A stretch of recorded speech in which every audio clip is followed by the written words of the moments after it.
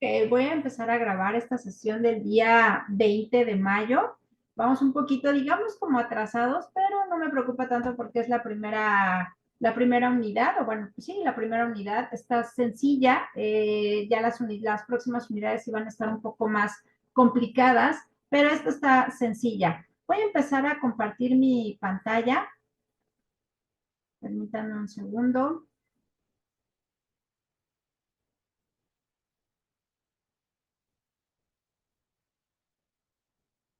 Creo que ya se ve, ¿verdad? Bueno. Ya se ve nuestra primera sesión, nuestra primera presentación de esta unidad. Y bueno, pues está muy interesante la unidad número 1 y me imagino que ustedes ya saben algo acerca de los derechos humanos, que es de lo que se va a tratar precisamente esta sesión. Bueno, pues esta primera sesión se llama El origen de los derechos humanos. Nosotros ya sabemos más o menos cómo surgieron los derechos humanos en el mundo. Esto surgió a través de diferentes, bueno, que la gente se empezó a dar cuenta que está, que en las guerras,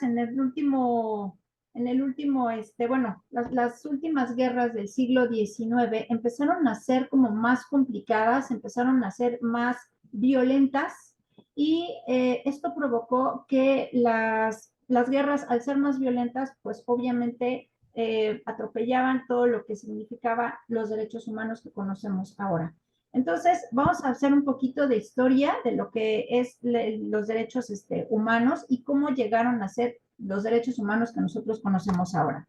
Sin embargo, tengo que pasar primero a ver cuál es el objetivo de esta unidad y es reconocer los aspectos que conforman, bueno, en el caso del incidente crítico, que conforman una vivienda digna mediante el análisis de caso mexicano con el objetivo de entender los retos que enfrenta el Estado como garante de los derechos humanos en materia de vivienda. Esto es muy importante porque ahorita vemos mucho en las noticias buenas, malas, pésimas, todo lo que quiere decir, por ejemplo, el cártel inmobiliario. No sé si alguno de ustedes está familiarizado con este tema. ¿Alguien está familiarizado o más o menos sabe de lo que se trata, lo que llamamos nosotros el cártel inmobiliario? ¿Alguien quiere participar? Rapidísimo. ¿No? Bueno, pues este cártel inmobiliario es un grupo de personas que realmente ha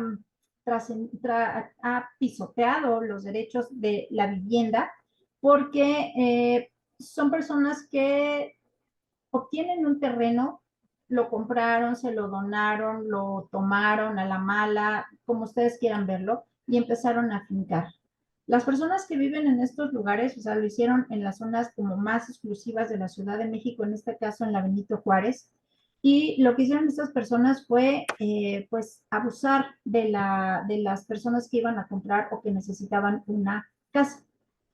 ¿Qué fue lo que hicieron y cómo se dieron cuenta? Bueno, pues esto es muy feo porque no tienen las escrituras de su casa, se las vendieron carísimas, no tienen las escrituras de su casa, los materiales están de muy baja calidad, y conlleva una serie de cosas que precisamente nos lleva a esto de los derechos humanos. No me voy a enfocar mucho en esto porque ustedes tienen que leer el incidente crítico, tienen que avanzar en el módulo, todos los temas que van a ver y entonces tienen que responder algunas preguntas ya en la actividad, en el foro donde ustedes están interactuando con sus compañeros, ¿no? Entonces, eso es lo que vamos a hacer en la primera actividad. Es muy interesante y ustedes pueden sacar información de otros lugares precisamente para darse cuenta de lo que significa esto de los derechos humanos y que tiene que ver con el incidente crítico, que es lo que vamos a trabajar en esta unidad. Bueno, pues vamos al primer tema, que es las grandes confrontaciones mundiales y los ultrajes al ser humano. De esto es lo que les hablaba al principio.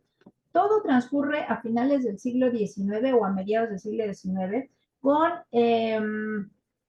varias guerras, una de ellas es la de Crimea, que se dio entre 1854 y 1856, y se hizo conocida a mediados del siglo XIX Crimea porque se convirtió en el principal escenario de una guerra entre el Imperio Ruso y el Imperio Otomano. ¿Por qué?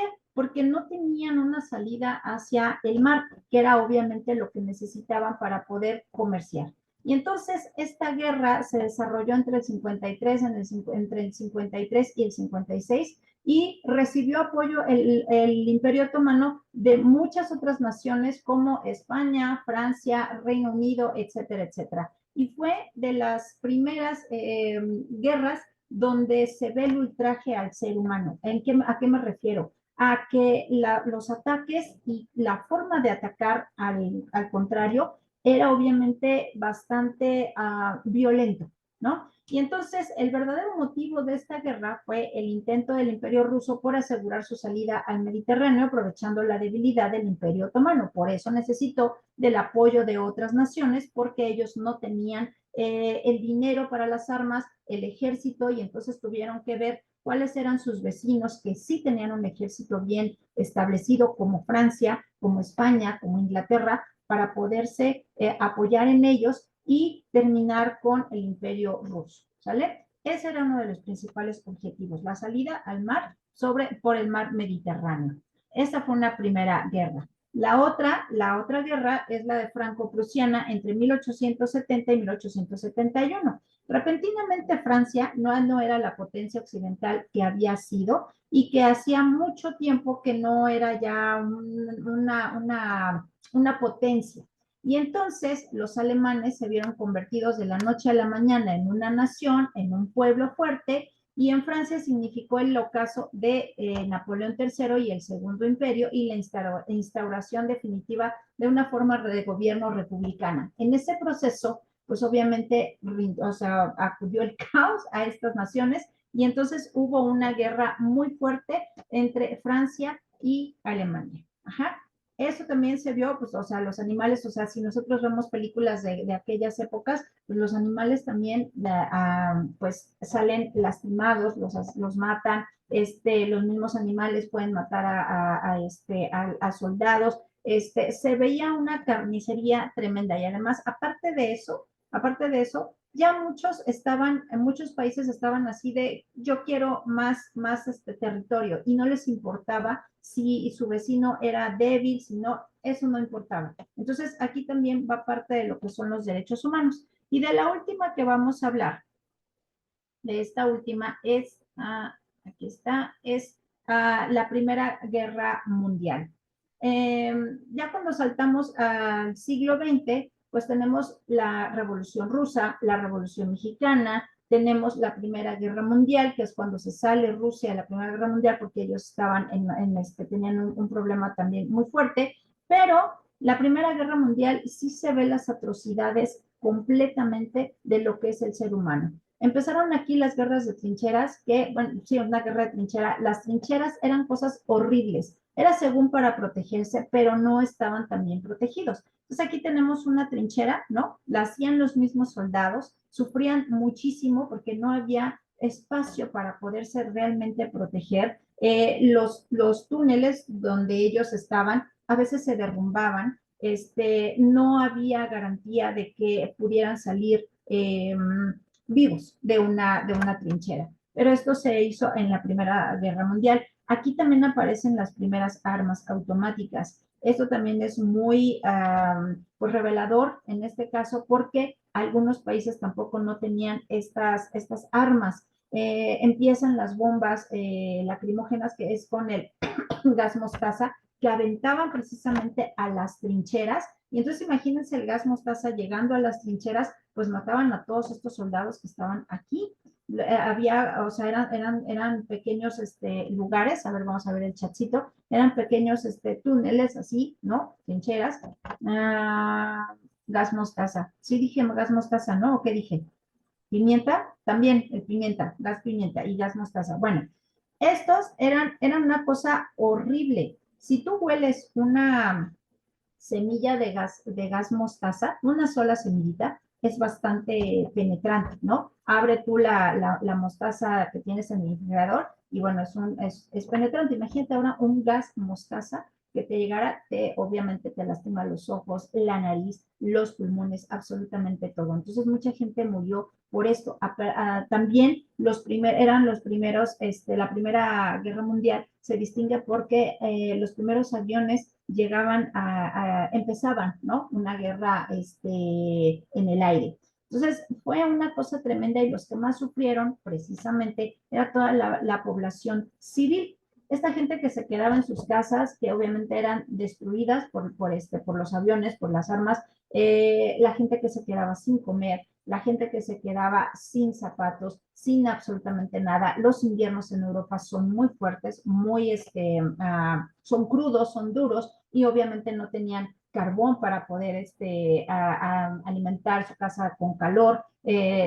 También les servía para poder cocinar, no tenían absolutamente nada de comida. Entonces, la población civil era la que más sufría. Y entonces, vamos a pasar a otro. Terminando la Primera Guerra Mundial, nace el derecho internacional y se desarrolla a través porque se evidencia con la guerra, con la Primera Guerra Mundial, la carencia y la falta de responsabilidad individual de los líderes políticos y militares. Entonces dijeron no, porque se dieron cuenta que mucha gente estaba sufriendo, dijeron, y ellos mismos dijeron, no, vamos a parar esto. Y entonces se van a París, hacen una junta en donde invitan a todos los países que habían estado involucrados, pero fíjense esto, Estados Unidos nunca formó parte de esta sociedad de naciones, jamás. Entró hasta 1920 y Rusia entró hasta 1926. Esta sirve, la Sociedad de Naciones sirve hasta 1946 cuando ya es reemplazada por la ONU, pero estos son los inicios de lo que es la ONU y lo que son los derechos humanos modernos, ¿no? Entonces aquí nada más se integran 45 países y llegó a comprender 58 países al final ya o sea, en este periodo y el objetivo fue garantizar la cooperación entre las naciones y contribuir a la resolución política de los conflictos para evitar una nueva guerra mundial. Sin embargo, Alemania eh, viola esta sociedad de naciones y por eso precisamente en 1939 empieza la Segunda Guerra Mundial, ¿no? Digo, hay otros factores, pero uno de ellos es de que Alemania viola esta sociedad de naciones. Bueno, en el segundo tema vamos a ver las bases históricas de los derechos humanos. Y aquí tenemos tres eventos importantes. Uno que surge en Estados Unidos, la otra es la Revolución Francesa y la última es la Declaración Universal de los Derechos Humanos ya con la ONU. La primera que les voy a contar es la Declaración de Virginia. Ahí se me convirtió en chiquito, ahorita lo pongo más grande. La Declaración de Virginia, que fue realizada en el pueblo de Virginia en 1776, y ahí se reunieron en una convención libre ¿cómo se llama? La formó o los invitó Thomas Jefferson y escribió la primera declaración como explicación formal de lo que es el Congreso, en donde se había votado el 2 de julio para declarar la independencia de Estados Unidos de respecto a Gran Bretaña.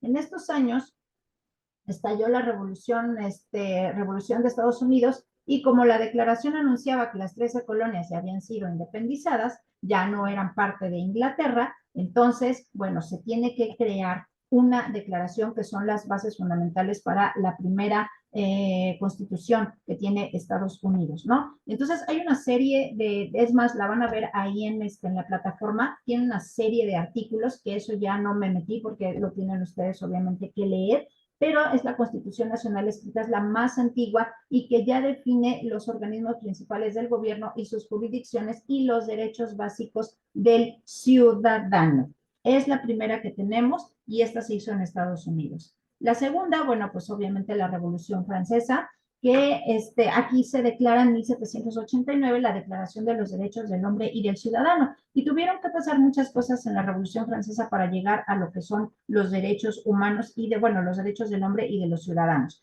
En 1789, la gente en Francia ya estaba harta del rey y obviamente causó la abolición de una monarquía absoluta que los llevó a la guillotina y creó la plataforma para el establecimiento de la Primera República Francesa. Su bandera, estos colores, tiene que ver con es igualdad, fraternidad, es igualdad, libertad y fraternidad. Es lo que significan los tres colores de la Revolución Francesa. Digo, de Francia, perdón. La declaración proclama que a todos los ciudadanos se les debe de garantizar los derechos de libertad, de propiedad, de seguridad y de resistencia a la opresión. ¿Por qué? Porque lo que estaban haciendo los reyes era esto de no me interesa si ellos comen o no comen, eso no me interesa. De hecho, María Antonieta no lo dijo de esa manera porque hay una frase que ella dice que coman pasteles. Convocó al clero y a los pueblos burgueses, artesanos y comerciantes. Exactamente, eran los tres estados. Esos tres estados, el que menos pagaba impuestos era la burguesía. Y la burguesía era más o menos como del 10% de la población en Francia. Todos los demás estados sí pagaban, obviamente. El clero y la burguesía no pagaban. Los demás sí tenían que pagar. Entonces, se van a encerrar a Versalles en una convención y entonces ellos dicen, se acabó, ya no podemos estar más con esta opresión de los reyes. María Antonieta es una de ellas, es la reina, y ella la guillotina. Es una historia muy triste la que tiene María Antonieta, porque a su esposo, ella tiene 3 hijos, y a sus hijos los asesinan, y al chiquito, bueno, más bien a los chiquitos los rescata su hermano, porque ellos quieren salir de Francia, quieren huir de Versalles, y entonces van en su carro real, se quieren ir quieren salir de Francia, pero los detienen antes de llegar a la frontera y los regresan a París. Y los encierran a ella y a su esposo, los encierran en el Palacio de las Tullerías. Ahí en el Palacio de las Tullerías los tienen un tiempo, le quitan a sus hijos, al hijo mayor, porque a los otros sí los pudieron rescatar. Al hijo mayor tiene una historia muy triste, lo llevan como a una granja, lo llevan a la granja, lo encierran en una torre y ¿cómo se llama? Lo maltratan psicológicamente. Le dicen que su mamá no lo quiso, que lo abandonó, etcétera, etcétera. Le dan muy poco de comer. Y entonces es un niño como de 12 años que la verdad es de que muere de tristeza, pero también muere ¿cómo se llama? De inanición, o sea, no le daban de comer. Entonces muere porque además ellos no quieren, pero tampoco se atrevían a guillotinarlo o matarlo, entonces lo dejan obviamente morir de hambre. Es una historia bastante triste. Ya había muerto, obviamente, ¿cómo se llama? Ya había muerto esta María Antonieta, ya había fallecido, ya le habían cortado la cabeza. Y entonces, bueno, pues aquí se declara los primeros derechos del hombre y del ciudadano. Aquí tienen, esto lo saqué obviamente desde la plataforma, tienen un video que relata todo lo que es la Revolución Francesa, está bastante interesante, véanlo si ustedes quieren verlo. Y bueno, pues vamos a pasar al siguiente tema, ya es más moderno, y aquí ya tenemos la Declaración Universal de los Derechos Humanos, que ya es cuando está la ONU en 1948. Esta nueva Comisión de los Derechos Humanos en las Naciones Unidas había apoderado la atención de todo el mundo, obvio. ¿Por qué? Porque ya había acabado una guerra, ya no querían otra guerra y querían ver cómo todos los países tenían que estar de acuerdo para llegar a la paz. Y entonces, bajo la presidencia dinámica de Eleanor Roosevelt, viuda del presidente Franklin Roosevelt, ella era defensora de los derechos humanos por derecho propio en Estados Unidos, pues allá está la ONU, y entonces esta comisión se dispuso a redactar un documento que se convirtió en la Declaración Universal de los Derechos Humanos. Roosevelt, a quien se le atribuyó obviamente esta inspiración del documento, se refirió a la declaración como la Carta Magna Internacional, y aquí la tenemos a esta Eleanor Roosevelt con la Declaración de los Derechos Humanos en 1948. Los países miembros de todas estas naciones se comprometen precisamente a trabajar y a promover estos 30 artículos de los derechos humanos que por primera vez en la historia se habían reunido y sistematizado en un solo documento. En consecuencia, muchos de estos derechos en diferentes formas en la actualidad son parte de las leyes constitucionales de las naciones democráticas. Todas las naciones que están adheridas a la ONU tienen en sus constituciones artículos sacados de esta Carta de las Naciones Unidas. Y aquí tenemos también un videito que dura alrededor de 5 minutos de cómo Eleanor Roosevelt habla ante las Naciones Unidas y saca este documento, ¿no? Ahí lo pueden ver, dura 5 minutos más o menos. ¿Hasta aquí todo bien? ¿Todo claro? ¿Sí? Bueno, entonces ahora sí vamos a ver qué son los derechos humanos. Los derechos humanos se basan en el principio del respeto para el individuo. Su suposición fundamental es que cada persona es un ser moral y racional y merece que lo traten con dignidad. Se llama derechos humanos porque son universales, mientras que las naciones y grupos especializados disfrutan de derechos específicos que se aplican solo a ellos. Los derechos humanos son los derechos que cada quien posee sin importar quién eres, dónde vives, sino simplemente por el hecho de ser vivo te corresponden estos derechos humanos. Así nada más. En épocas pasadas, obvio, no existían los derechos humanos. Entonces emerge la idea de que la gente debería de tener ciertas libertades. Y esa es la raíz de la Segunda Guerra Mundial, que resultó finalmente en un documento llamado la Declaración Universal de los Derechos Humanos y Derechos de todas las personas. Aquí tienen un pequeño video que dura pues como unos 10 minutos en donde le preguntan a la gente qué son los derechos humanos. Y las personas dicen pues no lo saben decir tal cual, sin embargo mencionan pues derecho a la libertad, derecho a tener una educación, derecho a tener vivienda, etcétera, pero no saben decir qué son los derechos humanos. Entonces, este videito está bastante bien explicado qué son los derechos humanos a través de las entrevistas que le hacen a las personas. Véanlo también, está bastante interesante. Y vamos al número 1.3, bueno, el tema 3, que es el Estado como garante de los derechos humanos. Quiere decir que el Estado me tiene que garantizar a mi ciudadano que mis derechos humanos sean obviamente respetados. Ajá. Todo en el entremado del Estado y del derecho, esto ahí vamos a hablar un poquito de derecho. Ustedes ya tuvieron derecho, ¿verdad? ¿Y vieron algún tema sobre derechos humanos? Nada más quiero saber. ¿O no tuvieron? ¿O ya no se acuerdan? Bere. Sí, pero ya no me acuerdo. Ok, o sea, sí, pero ya no me acuerdo. Bueno, tiene que ver mucho con lo que es el derecho, porque son los abogados los que, ellos son los que tienen obviamente esto así, los derechos humanos, nosotros también, sin embargo, ellos son los que trabajan a diario con esta parte, con este tema, y son los especialistas. Hay muchos que se dedican solo a derechos humanos, sin embargo, cualquier abogado, por muy chafita que sea, se tiene que saber, obviamente, la Constitución, se tiene que saber qué son los derechos humanos, etcétera, etcétera, ¿no? Entonces, bueno, ¿qué son los derechos humanos? Bueno, pues hay reglas y principios y las leyes que lo sostienen. Son las instituciones que existen para garantizarlo, en este caso, el Estado. Y tiene como finalidad la más importante es la protección, el respeto y el fortalecimiento de los derechos y las libertades de todas las personas. Los documentos centrales para que exista y que funcione los derechos humanos pues y de cualquier estado, pues es obviamente la Constitución. México es un país que tiene una constitución, además de la de Estados Unidos, tiene una constitución que viene desde 1917 y que es muy moderna. ¿Por qué? Porque nosotros habíamos atravesado la Revolución Mexicana y entonces también aquí se estaban violando los derechos humanos de las mujeres, de los niños, de absolutamente todo. Entonces, México tiene una constitución bastante moderna para su tiempo, que se ha ido modificando algunos o varios artículos, esa es otra cosa, pero los principales o los de inicio tiene que ver mucho con los derechos humanos, ¿no? Tan solo es que cualquier persona que venga aquí a México y que necesite, por ejemplo, protección, ya es libre. O que venga de África, porque en África todavía existe y en algunos otros países existe o existió el esclavismo, y ya llegar y poner un pie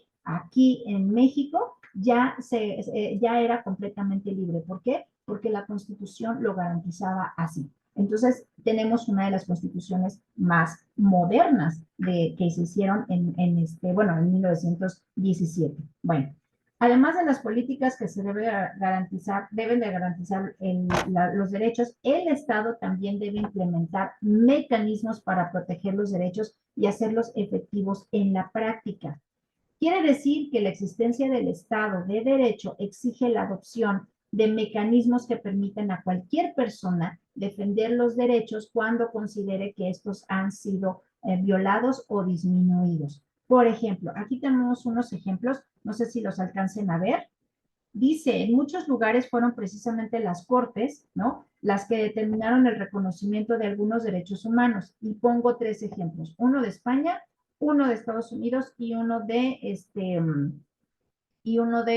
México. Vamos a leer el de Estados Unidos. Dice, la Suprema Corte de Justicia de los Estados Unidos fue la responsable por acabar con la segregación de las escuelas e impulsar la igualdad de oportunidades educativas para todas las personas. El famoso caso Brown contra el Consejo de Educación. Esto, si quieren, lo buscan quién fue Brown. Pero bueno, esto se refiere a que, bueno, las personas, ustedes saben que Estados Unidos, cuando había todavía Ku Klux Klan en los años 40, 50, 60, los negros eran completamente violentados en sus derechos humanos, a pesar de que Estados Unidos, que ahí está la ONU, de que había firmado pues estas cartas de derechos humanos, etcétera, etcétera, todavía en los años 60 tú te subías al camión y había camiones de negros y camiones de blancos, baños para negros y baños para blancos, escuelas para negros, escuelas para blancos. Incluso muchas personas de color no podían ingresar a la universidad. Y entonces hay casos en donde algunas, por ejemplo, hasta mujeres fueron pues violentadas porque querían estudiar. Y hay varias películas que tienen este tema, ¿no? Han visto esta, no me acuerdo cómo se llama la película, pero es de, no recuerdo cuántas mujeres, y son 5 mujeres que trabajan en la NASA porque son muy inteligentes, les gustan mucho las matemáticas. Entonces, estas mujeres, ¿cómo se llama? Estas mujeres trabajan en la NASA y ellas se enfrentan a que la gente las empiece como a las señala, las maltrata, no físicamente, pero sí les hace caras, etcétera, etcétera. No recuerdo, pero cuando les mande esta, les voy a mandar el enlace de la película o el nombre de la película para que la vean, ¿no? Hay otras más, me voy a acordar y se las voy a mandar para que vean la que ustedes quieran. Y bueno, hay otros casos también, no nada más en Estados Unidos, sino en otros lugares, también incluso aquí en México, ¿no? Que habla de esto. Bueno, vamos a ver el caso de España. En España, el Tribunal Constitucional reconoció el derecho de las personas a conciliar la vida personal y la vida laboral, obligando a las personas a facilitar la sección de los horarios y la búsqueda de otras medidas que garanticen este derecho. Ajá. El derecho a tener, obviamente, me refiero, yo creo que era porque tenían una jornada laboral bastante larga. Y en el caso de México, la Suprema Corte de Justicia de la Nación fue la que reconoció el derecho al matrimonio igualitario. Esto fue en 1900, esto fue más o menos como en el 2006, pero ya en constitucional ya fue en el 2018. Aquí en la Ciudad de México fue como en el 2006, ¿no? La despenalizó el aborto también en el 2017, ¿no? Entonces, esto habla de que el Estado que tiene que garantizar los derechos humanos. Y ejemplos tenemos varios, ¿no? Bueno, se me va a acabar la sesión, nos volvemos a conectar con la misma liga, ¿va? Que les mandé. Bueno, en el número 1, bueno, en el tema 4, esta es una pregunta y aquí es algo bastante complicado y bastante feo lo que se va a trabajar. ¿Son los derechos humanos procapitalistas o anticapitalistas? Introducción a 9 razones para desconfiar de las luchas por los derechos humanos. ¿Y por qué pongo una foto de unos niños? Porque todavía en estos tiempos hay niños que son esclavos y esto tiene que ver obviamente con el mundo capitalista en el que vivimos. Hay muchos niños que trabajan sacando litio y el litio es veneno finalmente. Hay un video que me impactó mucho, se los voy a mandar, lo voy a buscar, se los voy a mandar, de unos niños que trabajan en la India sacando una sustancia de la tierra, es como cristal, digamos, y se van a estas minas a sacar este cristal que lo utilizan, que es una base para que hagan maquillajes. desde labiales, creo que sombras, y ellos tienen que sacar esto con sus manos, pero tardan, o sea, tienen unas cubetas más o menos, y esas cubetas, o sea, dependiendo lo que saquen, si es la cubeta llena o demás, se tardan como casi todo el día trabajando. Y se ve a niños de 3 años, de 5 años trabajando con sus mamás en este tipo de, pues es un esclavismo, ¿no? Entonces aquí te dice, los derechos humanos son los derechos humanos procapitalistas o anticapitalistas. Hay un caso también de un niño en 1983, tenía 11 años, que fue vendido a los 4 años por su papá en la India, porque iban a pagar la boda de su hermana, de la mayor, y entonces es vendido por unas cuantas rupias. Esa gente a la que el papá lo vendió, lo vende a un taller de alfombras, y los niños en la India son muy buenos para hacer alfombras a mano. Entonces este niño era tan bueno que los mismos talleres se andaban peleando a este niño, y obviamente no garantizaban nada de lo que eran los derechos humanos y de la infancia, nada, absolutamente nada. Entonces este niño conoce a un fotógrafo, le platica su idea, y este fotógrafo lo empieza, digamos, como a proteger, pero no le dura mucho porque este niño es asesinado. Entonces, cada año pues se recuerda a este niño como pues el trabajo infantil que ya no debe de hacerse. Dice, hay una película donde les pagan por desenterrar, ándale, bombas, donde uno no sabe si se activa o no. Esa se llama, exacto, se llama donde las tortugas vuelan, las tortugas no vuelan, algo así se llama. También es una historia bastante triste, bastante real, no me acuerdo si es en Irán o en Israel, no recuerdo muy bien, pero es una historia bastante triste que cuenta también la historia de una niña ahí mismo en esa película, que es violada por soldados. Tiene un niño, porque es una niña de 12 años más o menos, y trae siempre a un niño arrastrando, prácticamente es un niño ciego, pero es su hijo y ella no lo quiere porque es producto de una violación. Y entonces su hermano pues trata pues de decirle, es tu hijo, tienes que cuidarlo, y la niña obviamente no lo quiere. Y no les cuento, bueno, sí se las voy a contar porque es muy triste, no sé si la vayan a encontrar esta película. eh, la niña se suicida, y junto con su niño, porque ella no puede estar soportando una vida así. Les voy a mandar varias películas que la vean, porque aquí vamos a ver si los derechos humanos son procapitalistas o anticapitalistas. Es un tema bastante fuerte, que si nosotros empezamos a hablar de esto, pues vamos a decir, pues son procapitalistas, ¿no? O sea, entre más ganes, pues los derechos humanos, ¿dónde quedan? Y tenemos el caso, por ejemplo, aquí de Homero Gómez, que es el que ahorita está mucho de moda, ¿no? Desde que salió su documental, que es el que protege a las mariposas monarcas, se llama El Guardián de las Mariposas. Este tema también es muy, muy importante, porque aquí en México se ha matado, y en todos lados matan a los activistas, ¿no? Uno de esos casos también es de una mujer estadounidense, que va a los bosques allá en África para buscar y para ¿cómo se llama? Estudiar a los orangután, a los gorilas, y ella es asesinada más o menos en 1980, 83. Del 85 no pasa. Es una historia también bastante triste. ¿En qué aplicación? Esa película, ¿cuál? La de las tortugas, esa sí es más difícil ¿cómo se llama? De localizar. Mm, pues sí, sí las puedes encontrar ahí. Sí están viendo todos el chatcito, ¿verdad? La que les digo de Homero Gómez, que es la de El Guardián de las Mariposas, esa está en Netflix, acaba de salir. Y las otras, voy a ver dónde las pueden ver, y les mando, cuando les mande la sesión, les mando dónde pueden ver las películas que les voy a recomendar, ¿va? Bueno, pues ya vamos a ir por el último, que este es el más complicado, porque aquí vamos a ver en este último tema la crítica histórica de los derechos humanos vista desde la visión de este filósofo eslovaco, es Zizek, este señor, y este es uno de los filósofos más importantes del siglo XX y XXI.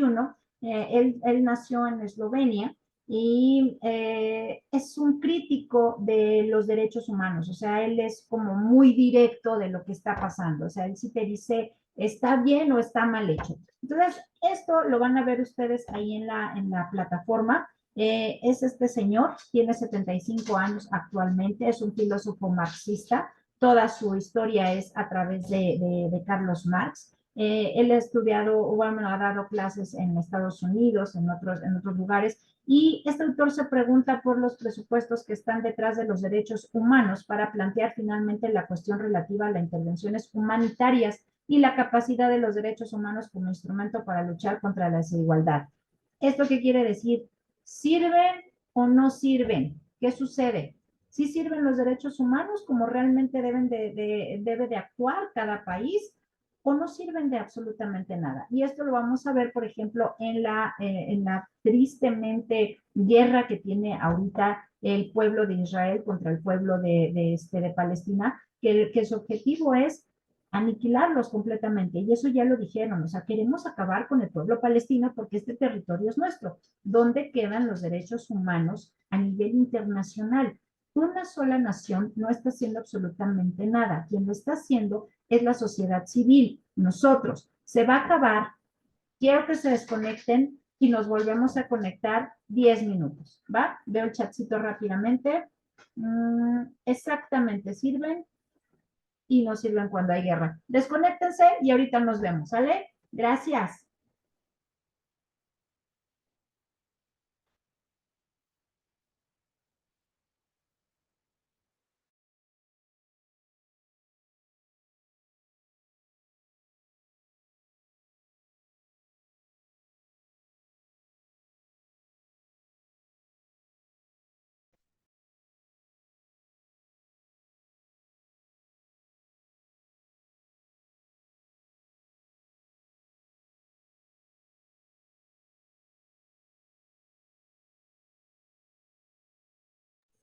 Alexis, desconéctate porque si no, no me puedo